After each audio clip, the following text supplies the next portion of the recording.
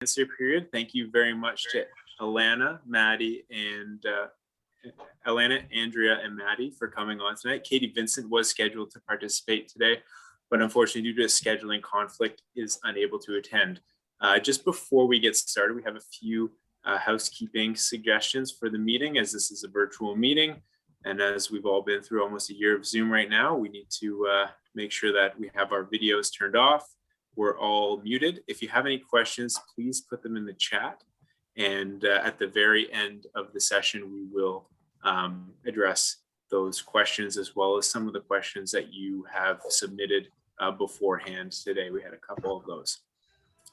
So just before we get started, or just as to get started, we're going to go through our panelists, and they're going to give a brief introduction, and I have a few questions for you to introduce yourselves and help you elaborate on your paddling career to the attendees tonight. So we're going to start with Alanna. So Alanna, if you wouldn't mind coming off mute for a second. If you could just say hello to everyone, thank you. And please let us know what canoe club you're paddling for and how long you've been paddling. So I paddle for the Burloak Canoe Club, and I started paddling there when I was 10 years old, so 18 years now. Awesome, almost 2 decades. That's really cool. So how did you get into the sport? My mom signed me up for the Canoe Kids program. It was just a week program at a time, but she thought it would be a great way for me to spend a week of my summer, and it was. I kept going back. Awesome. And here you are. So now you're about to go to the Olympics, and you started off in that Canoe Kids program almost 18 years ago. So I guess one of the questions that I always like to ask people that make the national team and get onto that highest level is, when did you realize that you had the potential to be a national team athlete? Was it sort of a sudden realization, or is it something that built up over the last few years? And how did it feel like to realize that you're on the path to the Olympics? Yeah, well, I first started competing for Team Canada and Canoe Kayak Canada in 2012, but I think it was a couple years before that when I started getting invited down to older age group practices at the Canoe Club. And although that wasn't the national team, having that feeling of being good enough to train with the older athletes was huge motivation for me. And coming from a club like Burloak, where we had an amazing group of older athletes, I think, yeah, looking back to those periods of time when I was training at the Canoe Club is when I really kind of believed in myself that I could train with the national team and just really great athletes. Very cool. Yeah, coming up through the club is definitely a big motivator for all of us getting into that high performance program and training with those higher level athletes. Really cool. And finally, just for introduction questions, you've done it all. You started at Canoe Kids, and then you've made it up to the national team and now the Olympics. What would you say, out of all those experiences you've had through your paddling career, what's your most favorite part of the sport? What do you love the most? I definitely love the community of canoe kayak. Racing's awesome. I love it, and I love the training, but I think my favorite part of just the day-to-day training is hanging out with my teammates and my friends before and after practice, and whether it's talking about the practice or something else. I think we have a great community, and it's really fun just to train with everyone every day. Awesome. Thanks, Alanna. Move on to Andrea. So Andrea, same questions to you. So how long have you been paddling, and how did you get into the sport, and what canoe club do you paddle for? Maybe start off with that one. Yeah, I paddle with Balmy Beach Canoe Club, and I started paddling 3 years ago in 2018. So yeah, this will be like my 4th summer paddling, so not very long. And I got into the sport because of Ryan Blair. For those of you who don't know, I'm on the para team. I'm a para athlete. So I met Ryan at the Paralympian Search that the Canadian Paralympics puts on, and he was starting a team, and kind of just went from there. Great. So I guess you have a different pathway into the sport and into the Paralympics than Alanna or Maddy. So what was that sort of realization that, you have an opportunity to go to Tokyo how did that feel? Like, when did that set in? Can you talk to that at all? Yeah, I think it was pretty gradual from the start. Ryan was like Tokyo as like a maybe plan. So I think a lot of it came from that encouragement of like this could be possible. As well as seeing Erica and getting to know Erica Scarf, who had been to the Paralympics. She had a similar kind of pathway, was in the sport for like 3 years leading up to it. Um, but yeah, when I qualified the spot at Worlds in 2019, I did not think I was good enough to qualify a spot. So that was a big shock to me. That was my first world competition. So I didn't really know where I stood on the playing field. So yeah, kind of had hopes, but definitely was not expected. So it felt really good for sure. A good shock for sure. Yes. Very cool. And so what is your favorite part of paddling? I just really like being on the water outside, even Yeah. though this winter we got a lot of cold weather out in BC. I just really like being outside and on the water. So that's honestly my favorite part. Yeah, some of those pictures look pretty cold out there. Feel for you guys. Thanks, Andrea. Okay, Maddy, how's it going, Maddy? Good. How are you? Very well, thanks. It's good to see you. Good to see you. I would like to ask you the same questions. So let's start off with what canoe club you paddle for and how long you've been paddling. So I've been paddling since I was about 8, and I'm 25 now. I have to think about that. So I started paddling at the Ottawa River Canoe Club, and then when I got to a certain age, I wanted to start training with faster people. So I moved to the Rideau Canoe Club, where there were some national team athletes there. I got into the sport because my mom was on the national team growing up, but we were watching the Olympics together I think it was 2004, something like that. And we were watching the Olympic rowers, the women, and my mom made a comment like, "Oh my gosh, those girls are so strong." And I said, "I want to be like that. Like, I want to row." And because my mom was a paddler, she was like, "Oh no, like we're going to go to the canoe club." And that year my aunt had founded the Ottawa River Canoe Club, L.A. Schmidt. So she brought me there. So that was my origin story. Awesome. Very strong family tradition in the sport, as we all know. LA is obviously well known in the Ottawa region for paddling, so that's great. Very cool. And then I guess the same question goes to you. When did you realize that you could take this sport to the next level, and how did that feel?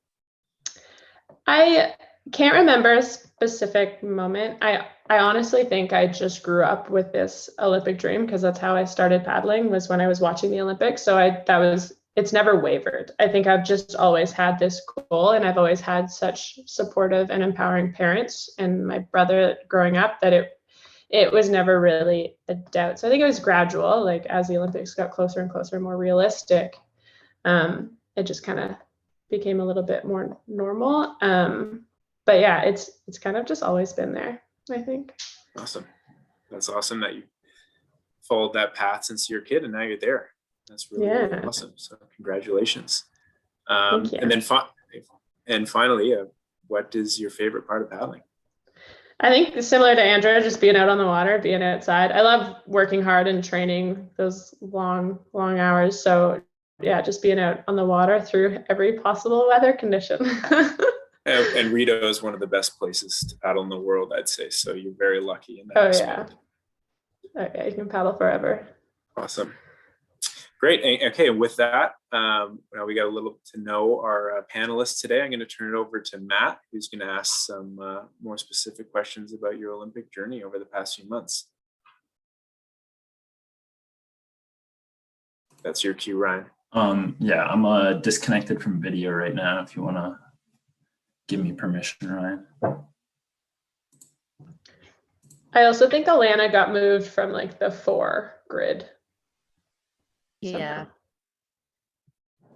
Yeah, my internet's a little unstable, so I'm just trying to find a good network to come on if I pop on and off.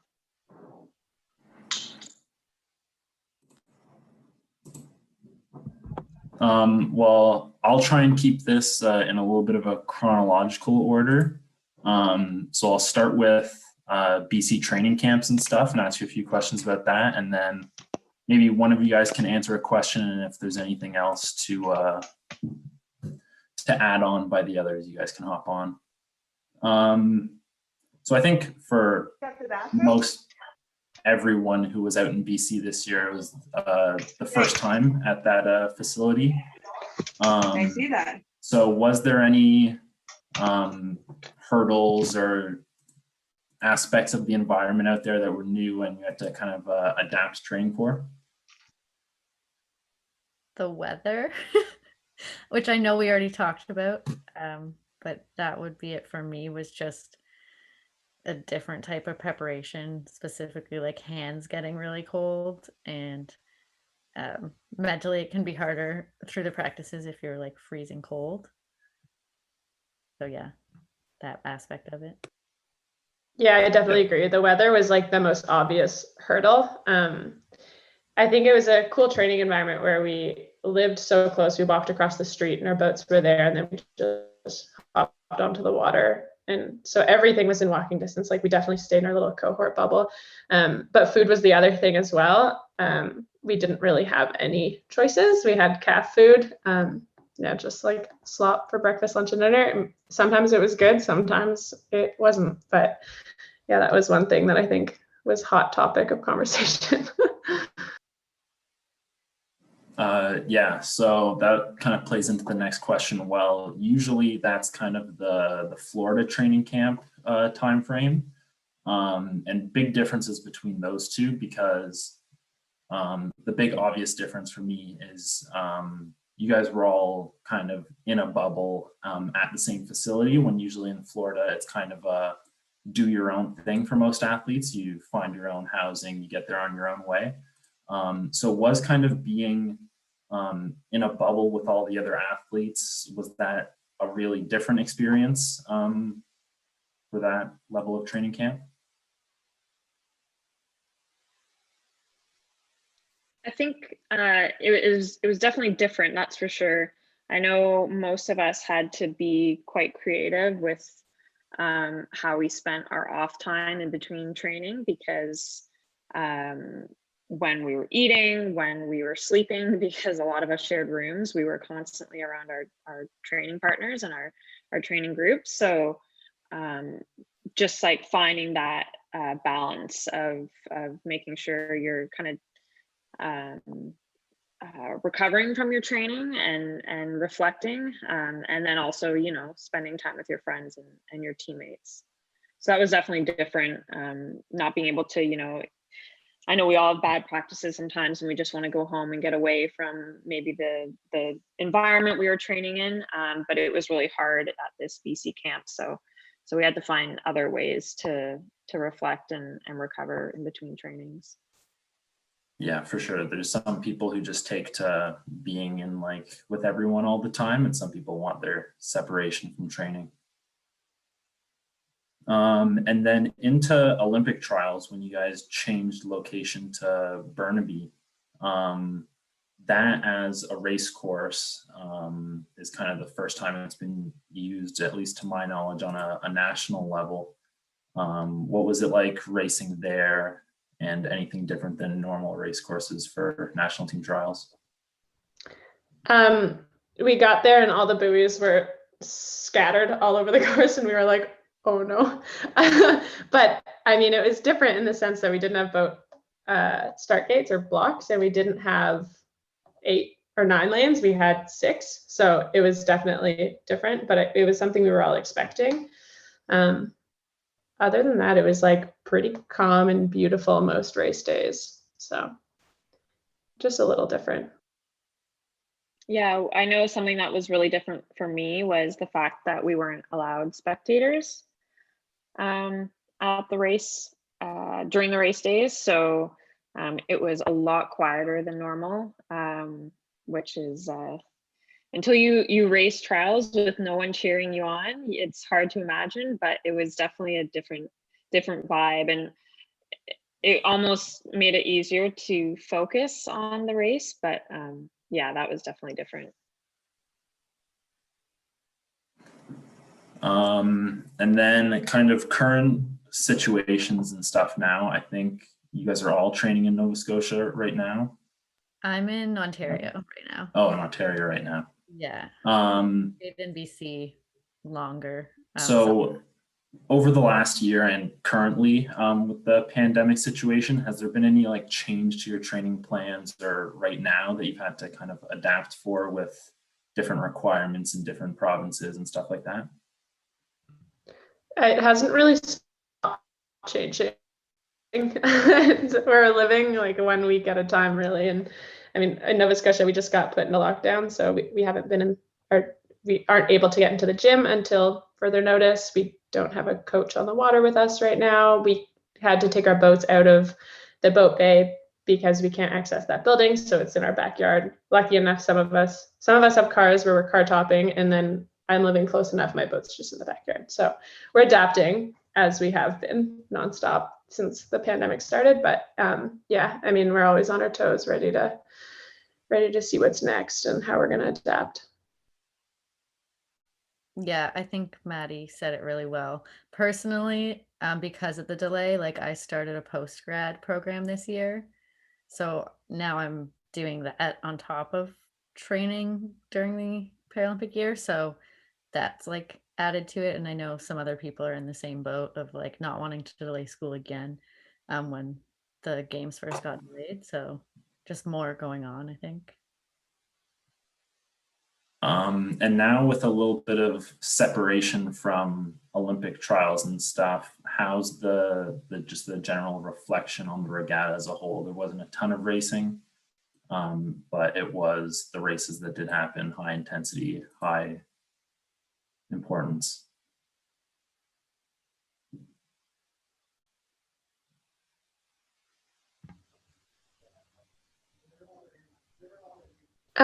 Sorry, like, Yeah, I was just gonna say, like, definitely it was such a different experience than other national team trials that aren't Olympic trials, but I know for me, it's really nice to have them done, and I feel like it was such a huge buildup to racing, and they happened, and they were really successful, and reflecting back and just being really happy with how they went, but also knowing that there's so much work to do still. So I think it was really important to take the time to reflect on the trials and how they went, but kind of like put that away and then look forward to the future and not dwell too much on that race, whether it was, for us it was successful, but whether you had a successful or not so successful race. Oh, sorry. I was just gonna say, like Alanna said it well, it was just different this year, like especially not having spectators, not having family around. So yeah, it's important to reflect on the individual races and not just being happy with, like, obviously like the three of us were very successful at trials, but not just like, oh, we did it. It's like we've got a big job to do, and we just need to keep moving forward from there. So we ticked the first box, but there's another big one. Yeah, and I think, like, I don't know about you guys, but the vibe before trials, you could tell everyone was pretty nervous just because no one had raced in a really long time. So I think for me, definitely, like, just getting to race again and do trials did like make you super excited for racing again and like the season ahead, even though we had no idea what it really looks like. Yeah, so I think it did like make us excited to be like, oh yeah, okay, this is why we're doing this. This is really fun. Yeah. Yeah, I know I was definitely excited just sitting at home watching the races. Yeah, I was gonna say those race day nerves, they don't get any easier as you get older. They're still very much there. And with like the short time you guys spent at Burnaby, but also at Shawnigan, building up to the regatta, what is kind of the training group dynamic, knowing that you're paddling against the same people who you're competing against? It's like I feel like a very high stress. Like, do people separate from training groups and kind of paddle on their own to try and get some separation in the buildup right before the regatta? I think generally leading up into trials, especially the first few weeks leading up, people are just kind of doing what they need to do. So there is a bit more separation and individualization in the programs and stuff. But as a whole, I mean, I think I can only speak for the women's kayak discipline.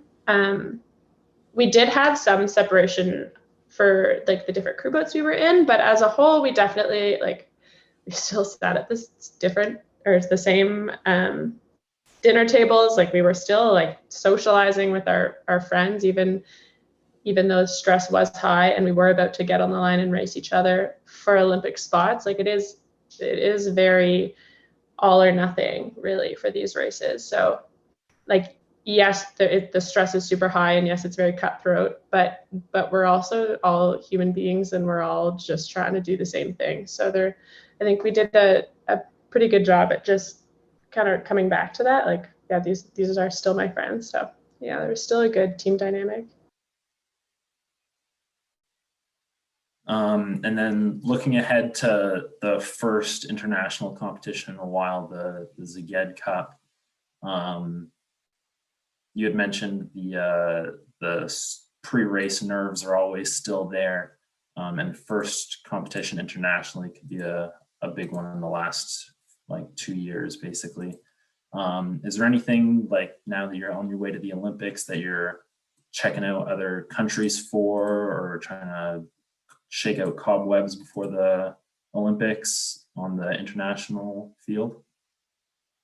For me, kind of, because I'd only been to one Worlds. I came fifth, and I just have no idea. It's like harder to make a goal for Tokyo since it's been 2 years. So I don't actually know, like going into this Worlds, how I'm gonna place.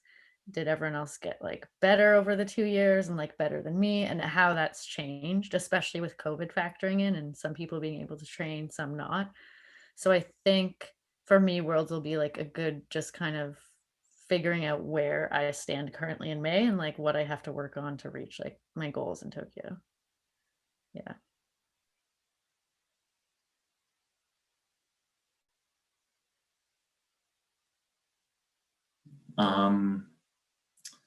Okay.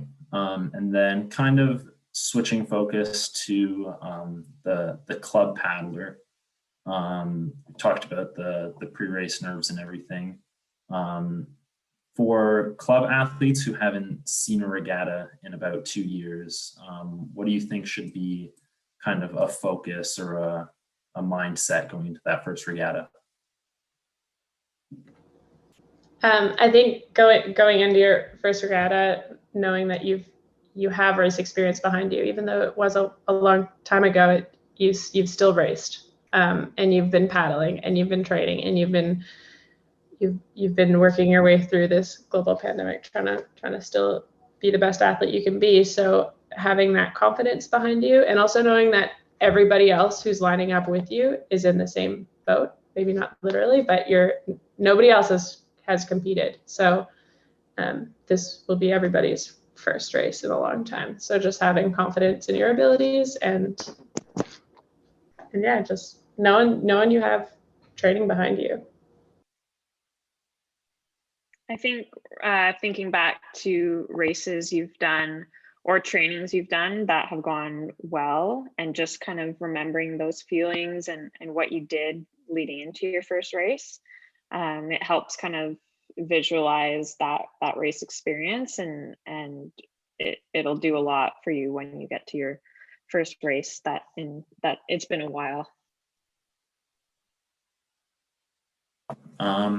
Now the first race back, Alanna, I think it was you who said that was kind of reminded you that was the reason why competing, or was Maddy, but kind of a reminder of this is why we do it.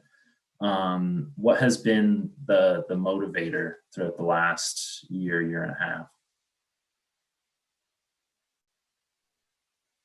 I think for me, something I kind of leaned into since the pandemic started, basically a year ago. There's been so much uncertainty, and there still is, and there will be for quite some time, a lot of uncertainty. So for me, it was really trying to be the best athlete I could be, the strongest I could be, the fastest I could be. I was trying to get as many PBs as I could, even though I knew that at any point everything could be canceled. The Olympics could be canceled, trials, potentially the rest of my career. I had no idea, but I knew that if I could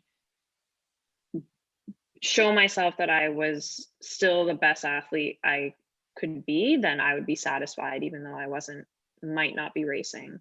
And I think I still have that mindset right now, because of course everything is up in the air and uncertain, but I know that was really big motivation for me, just proving to myself what I could do.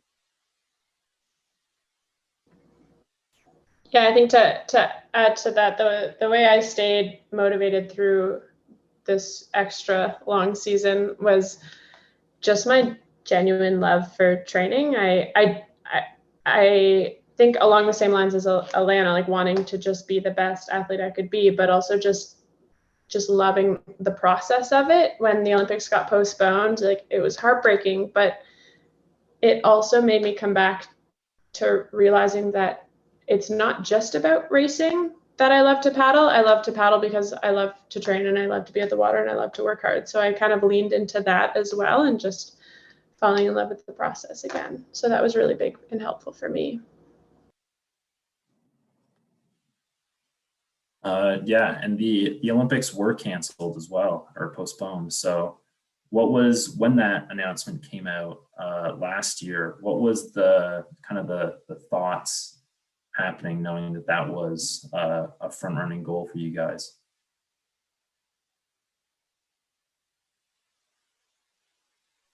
A lot of mixed things.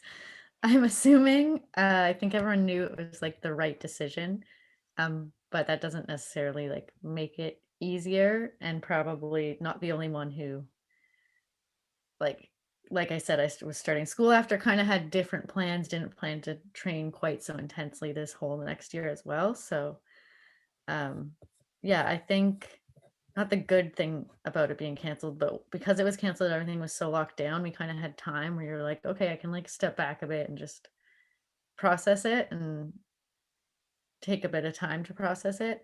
But I think, at least for me, I think we saw it coming. So, yeah, it might be different coming from the para side, whereas I feel like maybe more prepared just for like a giant life change all of a sudden. And I hadn't been working towards it as long. Like I said, I was kind of surprised by the fact I was making it. I hadn't been working towards it for the past like many, many years. So it's probably different for you too. Yeah, I think it comes back to what I said before. Like the initial announcement was definitely expected, as Andy said, but I think I still got up early the next day and like went for a paddle out on the water, like on I think I was staying somewhere in Welland, just to like, oh yeah, like I still love this, like even though it might be postponed a year, it's just giving me more time to do more of what I love. So obviously, like it was upsetting, but I don't remember being super negative or super bummed out about it. I just kind of leaned into the wanting to go paddle more. Yeah, similar to what Andy said, like for me, when I found out it was postponed, I had to I had plan A in my mind, and I'm very much a planner. So I really had to take a bit of time and process and think, okay, plan A is not going to work. Now I need to make plan B and plan C. And I was supposed to start my co-ops or my work placements this past September after the Olympic Games.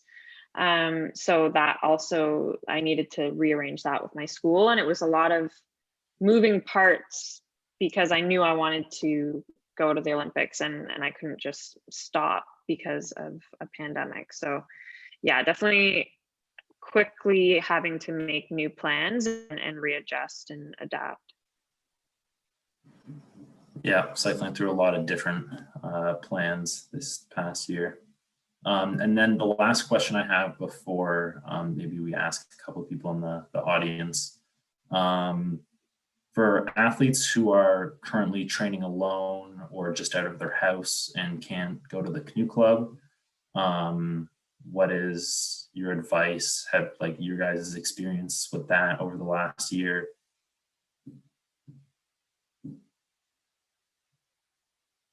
I think just do do the workouts and the paddles that you enjoy. Like do it like when it's the most calm part of the day, and do it when the sun is shining the brightest, and do it when you're feeling super motivated. I mean, obviously sometimes you need to kick yourself in the butt and get yourself out there regardless and go through those tough weather conditions and stuff. But I think like finding a reason and like a positive motivator to get out there and get the work in, I think is a good step, just to keep it as positive as you can. Yeah, I think for me, something that really helped is really trying to make as much of a routine as I could.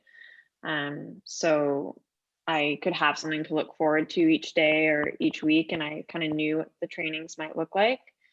Another thing that I really like to do was kind of get a couple friends who were also training and like record our workouts together. So you could see what someone else was doing, and maybe they did something and you have that on your training program too, and you can kind of compare, or not compare, but it's like a little friendly competition. And I enjoyed that during quarantines.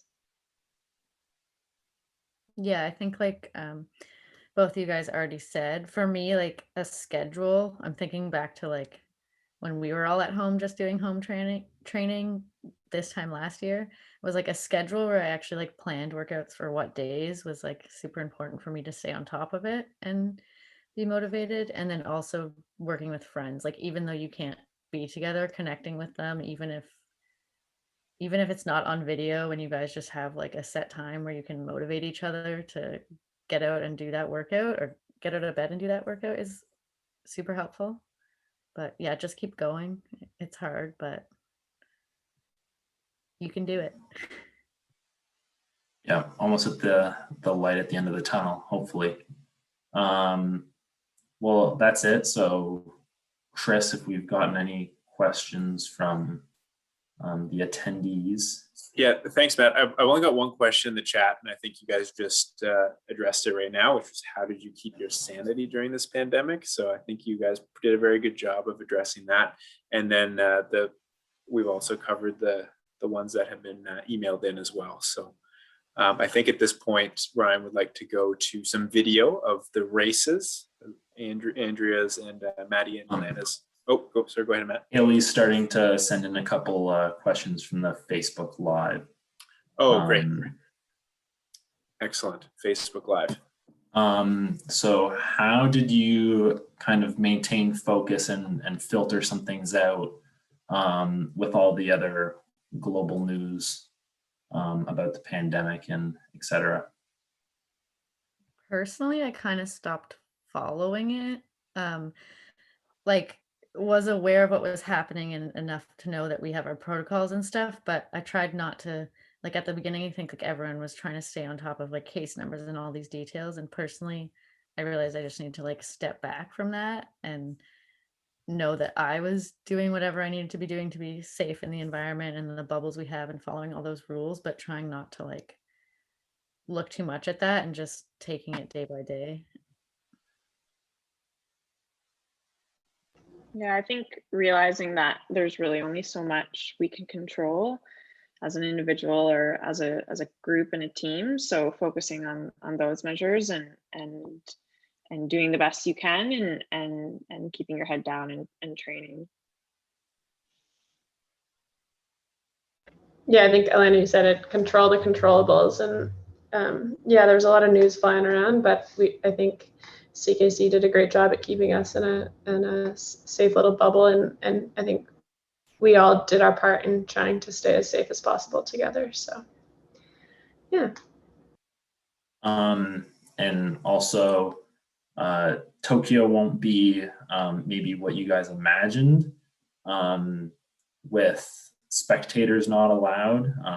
For that might mean some family members won't be able to attend. How does that affect your focus? And are they excited to cheer from home? I think family's definitely excited to cheer from home. I think they'd love to be there, but also understanding that there's a reason why they can't. I don't think it changes all that much. I think it might suck just having not having as many Canadians cheering for us, or knowing that there's people from our country supporting us in the stands. But we also know that everybody's going to be tuning in across the country supporting us. So that's going to be huge, just knowing that our families and our canoe clubs in Canoe Kayak Ontario and Canoe Kayak Canada, they all have our back. Yeah, I think no spectators wasn't a surprise at this point. And spectators can make you nervous. I'm more upset about not being able to be a spectator at other Canadian events while I'm there than I am about people not being able to watch me in person personally, because getting to go there and cheer on different, sports from Canada during the games was what I was looking forward to a lot. So that's a downside for sure. And then also, what has been one silver lining for you during the pandemic? If there is any. We got really tough. We got so tough at training in some extreme weather conditions. And I think as a team, we all bonded over some of the terrible conditions we were paddling through. And I think it also just gave us an opportunity to get faster and train in really cold, heavy water. So hopefully that heavy water will pay off. Yeah, because the pandemic has continued throughout this next year of training. I actually have more time for training because school and other things that weren't supposed to be online are way more flexible. So that's actually worked out really great for me, that everything else has become really flexible and it's easier to get training in around all those other things. Nice. I think that about wraps up questions. I think we're going to turn to watching the race videos.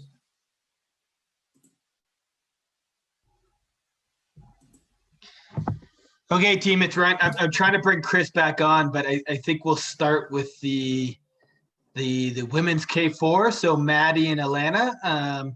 If the video will start with the lineup of lanes. So here we go. Please talk us through it. How you feeling? How is it going? What's happening at this time? All right, this will be fun. Hopefully, just bear with me, everyone.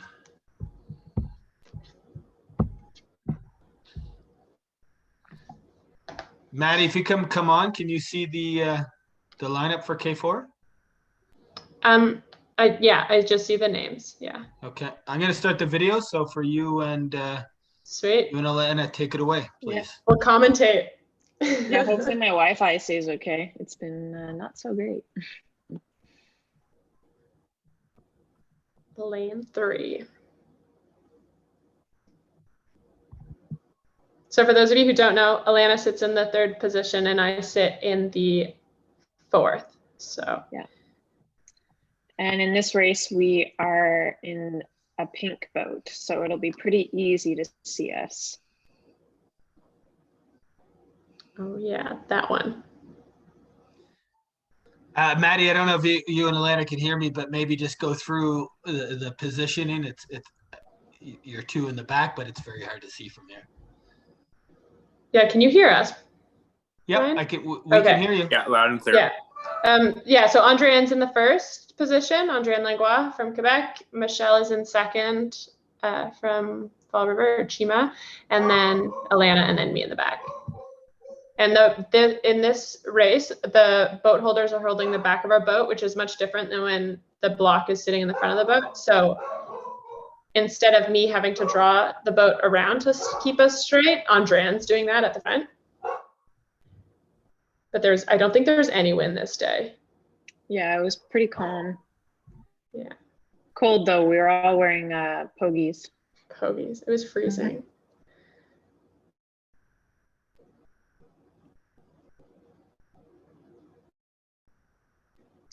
I think we're probably feeling a little excited, a little jittery for this one.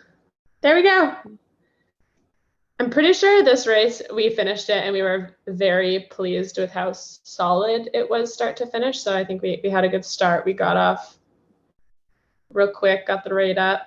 Yeah. Yeah, we definitely followed our race plan to a T, and myself being in third, I'm the one that makes any calls in the race because everyone can hear me pretty well.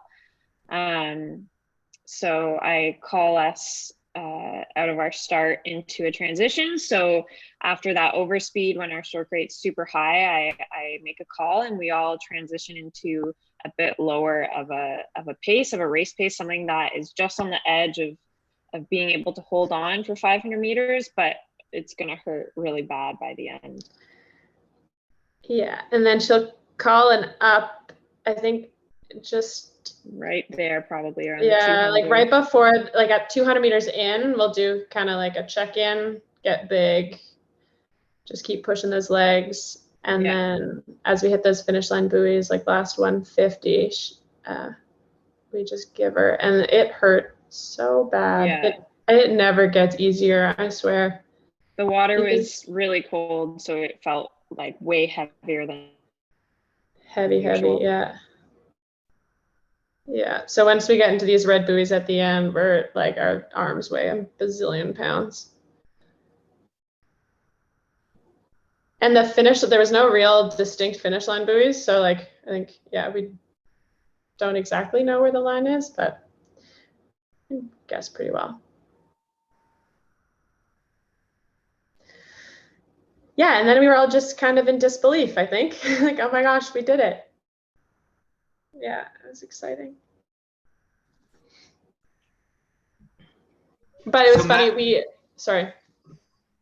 No, go ahead, please, Maddy. I was just gonna say we've crossed the finish line, and then there's just like a little, and that was it. That's as much as we got, a little golf clap, and we were like, oh wow, that was very anticlimactic.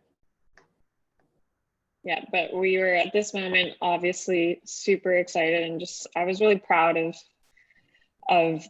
myself and the other girls in my boat, and just we followed our race plan and we worked so hard together to finish that race well. Yeah, we definitely did a good job at putting our race together. I think the first, so this was the second final, so this is when we secured our spot. We had a final the day before at the same time in the morning, and I think it was our first race ever in the last like 2 years, so everyone was feeling a little bit jittery. So yeah, it was still a really good race, but I think we definitely put it together a little bit better the second race. Yeah. So Maddy and Alanna, it's Ryan here. I always wonder, I mean, at this moment, you know you've qualified for the Olympics for Tokyo. You still have to go through the routine of weighing your boat before it's official, but are you celebrating a ton inside? Because like, how do you feel at this point? Yeah, I mean, I think I was really happy, like internally, that we didn't put together like a big extravagant celebration externally, because I mean, we just raced against girls that we had been living with for months, and they worked just as hard as we did. So there's obviously an element of respect there, but yeah, it doesn't take away from what we had just accomplished. So I think it was a very internal like excitement. But there was also no one around to kind of celebrate with. Like there were no parents to go hug and stuff like that, which really took a bit of the emotion out of it, I think. Yeah, definitely. I agree with what Maddy said, and I think it was an internal celebration, but I think just being, like I said earlier, just so happy and proud of what we just accomplished.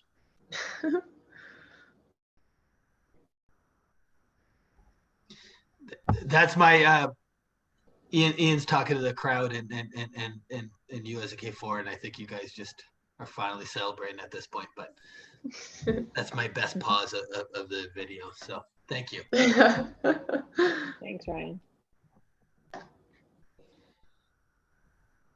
Okay, we're going to move to Andrea's race.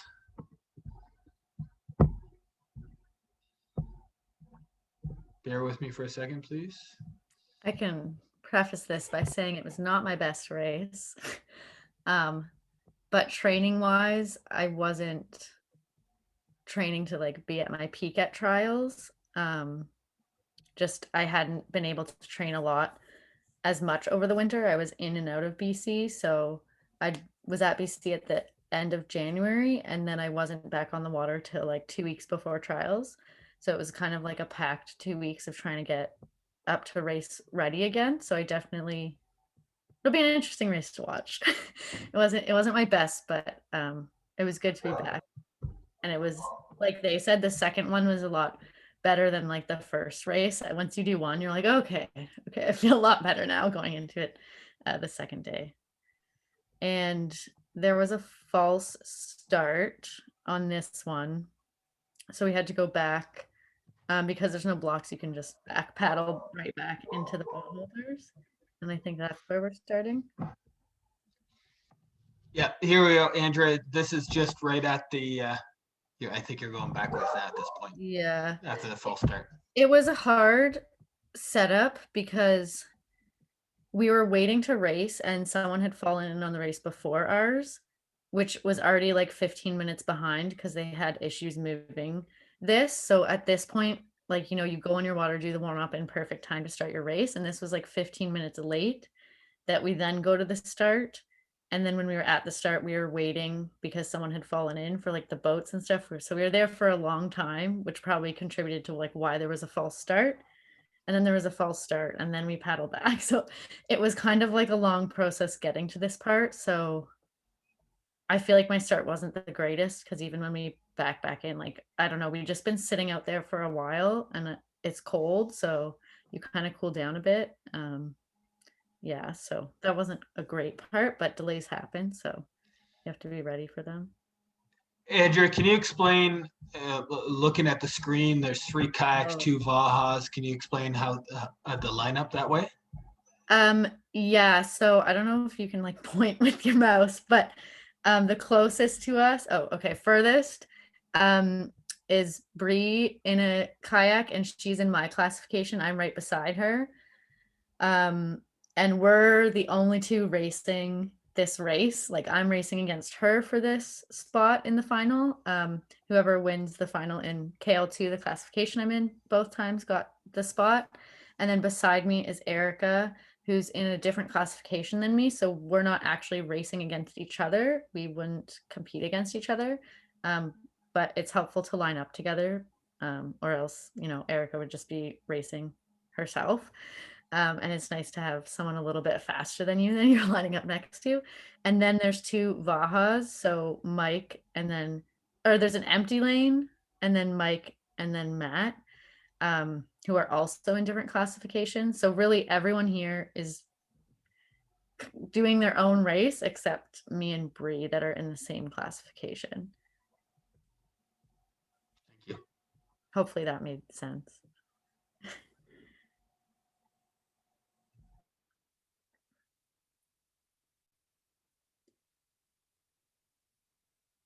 I feel like we were waiting there for about, okay, there we go. Yeah, so like I said, I feel like it wasn't a bad start. We've just been waiting for a long time. It's kind of hard to see this far away. But yeah, I definitely generally have fairly good starts, and in the races I have done, I usually have a really good start at the beginning and can be ahead, but I struggle with like maintaining that through the end. So I think this happened here as well. I had a good start, and it was going well, and I get up to speed, and then especially just like with my disability, sometimes near the end I lose balance and I start rotating less because I feel less stable. And then my arms really start to feel it. So for me, the last 50 meters is definitely just like pushing, trying to maintain technique, trying to still rotate, and not falling in when I do it. And even that, on the second one, I feel like I stopped a tiny bit early. Like they said, there wasn't finish buoys. The last set of buoys were like before the finish. It was just hard to see. So I don't know, on that one, it looked like I stopped paddling a touch early.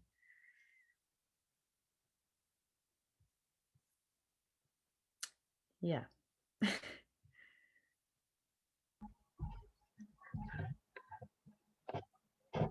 Sorry, Andrea, just trying to stop the video and then go to your final results on that. No, it's all good. That actually worked. Chris, I'm going to let you jump in here while I pull that up.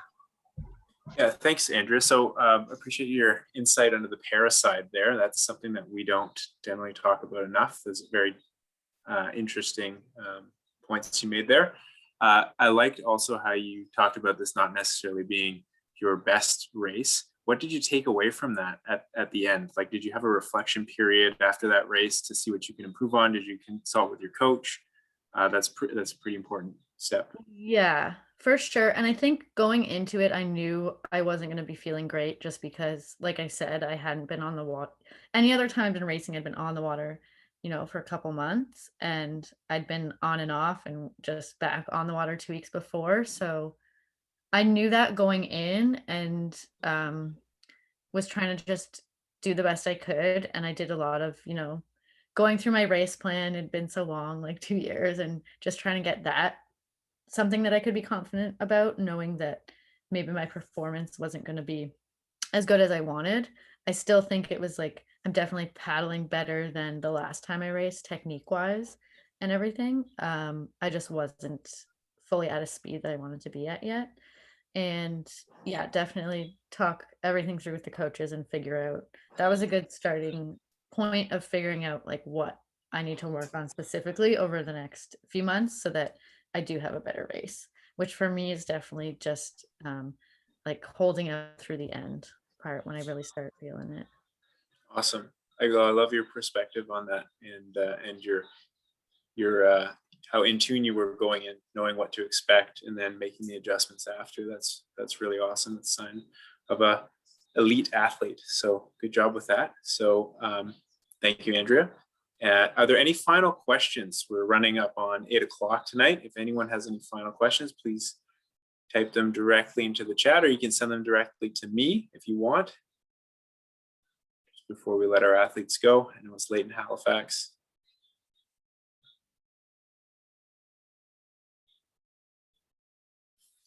Okay, well, just before we go, I just want to thank all of you again for your time tonight and your candor. The answers to your questions were great, and I'm sure that a lot of the younger athletes that have tuned in tonight, it means a lot to them to hear that even our national team athletes go through the same struggles as them, and I'm sure they've taken away some good tips on how to get through the next few months as we start moving back to a more normal paddling season. And finally, good luck to everyone in Tokyo. Really exciting. Thanks so much, guys. This is awesome. Yeah, thank you. Happy training, everyone. Train hard.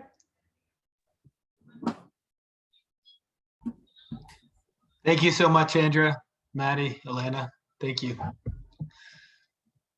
Thank you, guys. Thank you.